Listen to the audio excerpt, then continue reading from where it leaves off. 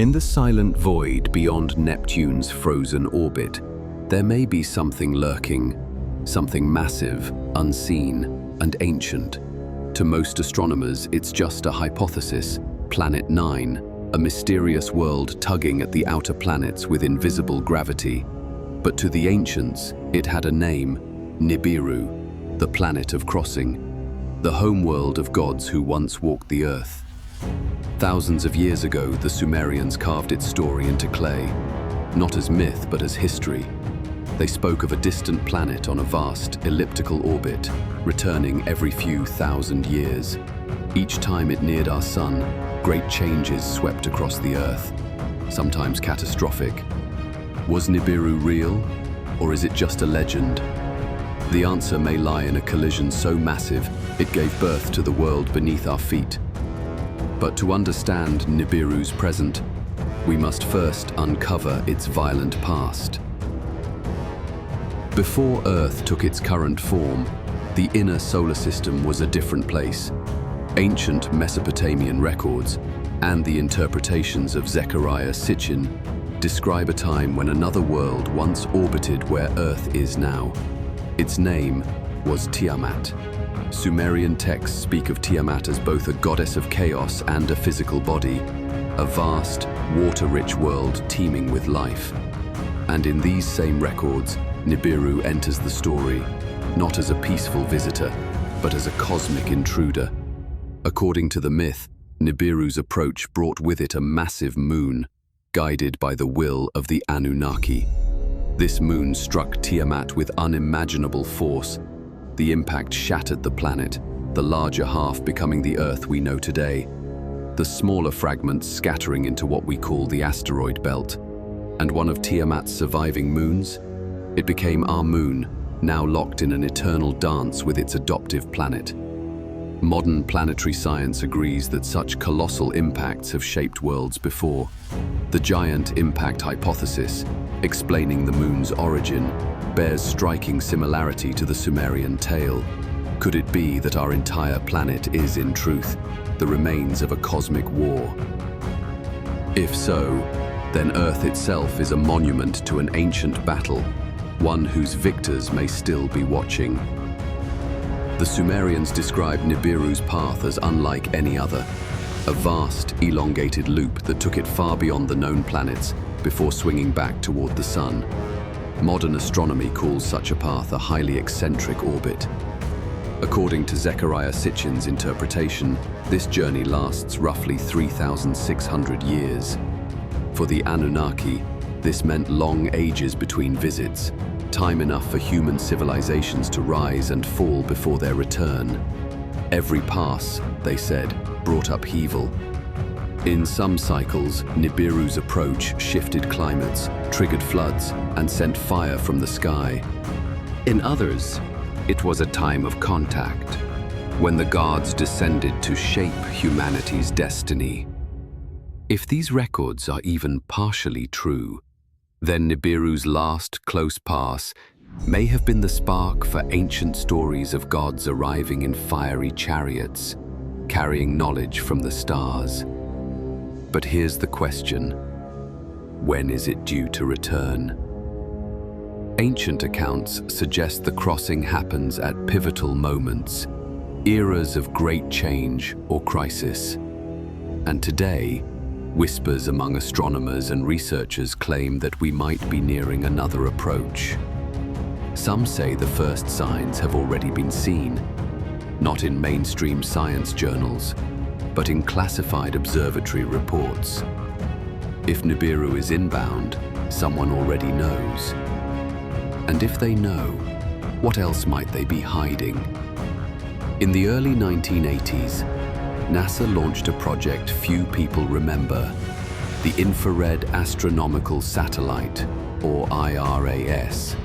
Its mission, to map the sky in infrared light, detecting objects too faint or distant for visible telescopes.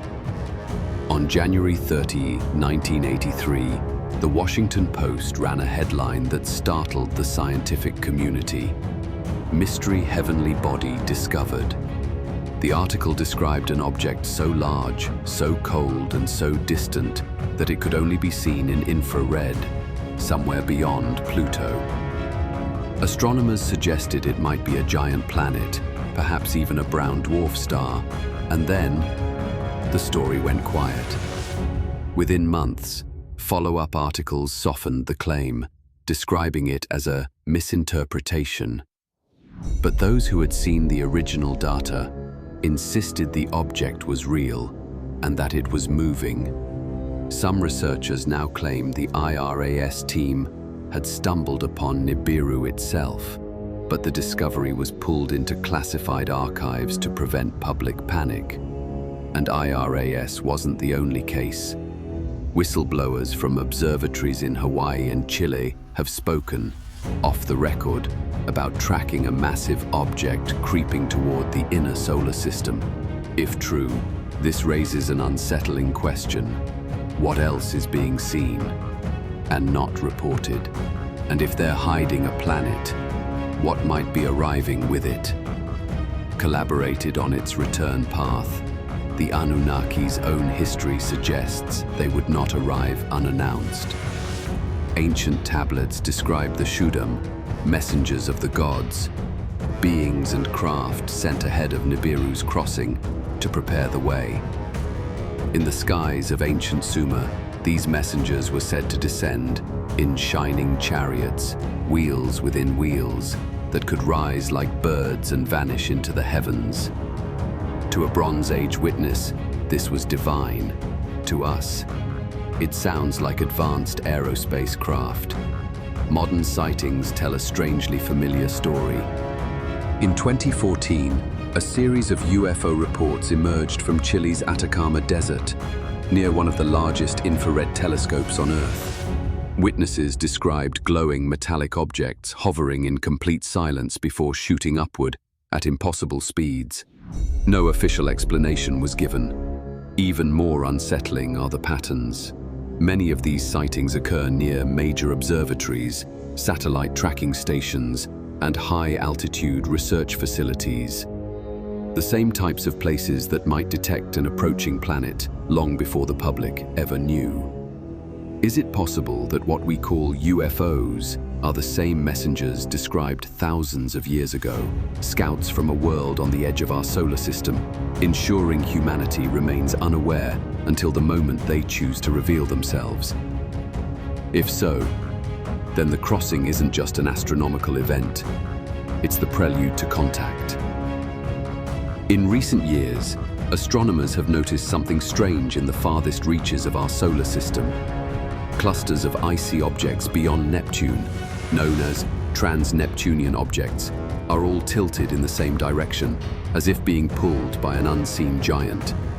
In 2016, two Caltech researchers proposed a bold explanation: a planet 10 times the mass of Earth, moving in a long elliptical orbit far beyond Pluto. They called it Planet 9. But ancient Sumerian texts would call it something else: Nibiru. Satellite imagery has captured fleeting, unexplained light sources in regions of the sky where this planet is thought to dwell. Some amateur astronomers claim to have photographed a faint reddish object moving slowly against the background stars, before their images mysteriously vanish from online forums. And then there are the alignments. In the past decade, rare celestial configurations, the kind the ancients believed marked great changes, have appeared with eerie precision. Triple conjunctions, comet swarms, and planetary oppositions that seem almost scripted in the heavens. To the untrained eye, these are just beautiful coincidences, but to those who study both the stars and the ancient records, they may be signposts, warnings that the planet of crossing is drawing near once more. If these signs are true, then the countdown has already begun. If the ancient texts are right, Nibiru's return is not just an astronomical event, it is a moment of reckoning. The Sumerians believed that each crossing brought not only upheaval to the Earth, but a shift in the balance of power between gods and humans. Some cycles brought gifts, knowledge, agriculture, the rise of kingdoms. Others brought catastrophe, floods, plagues, and the collapse of empires. Modern science may call these myths, but the coincidences are harder to ignore.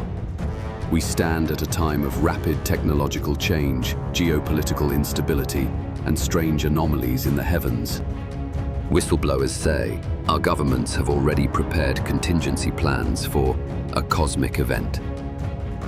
Others claim the sightings of unidentified craft are no coincidence, that they are part of the same story, unfolding now, just as it did thousands of years ago.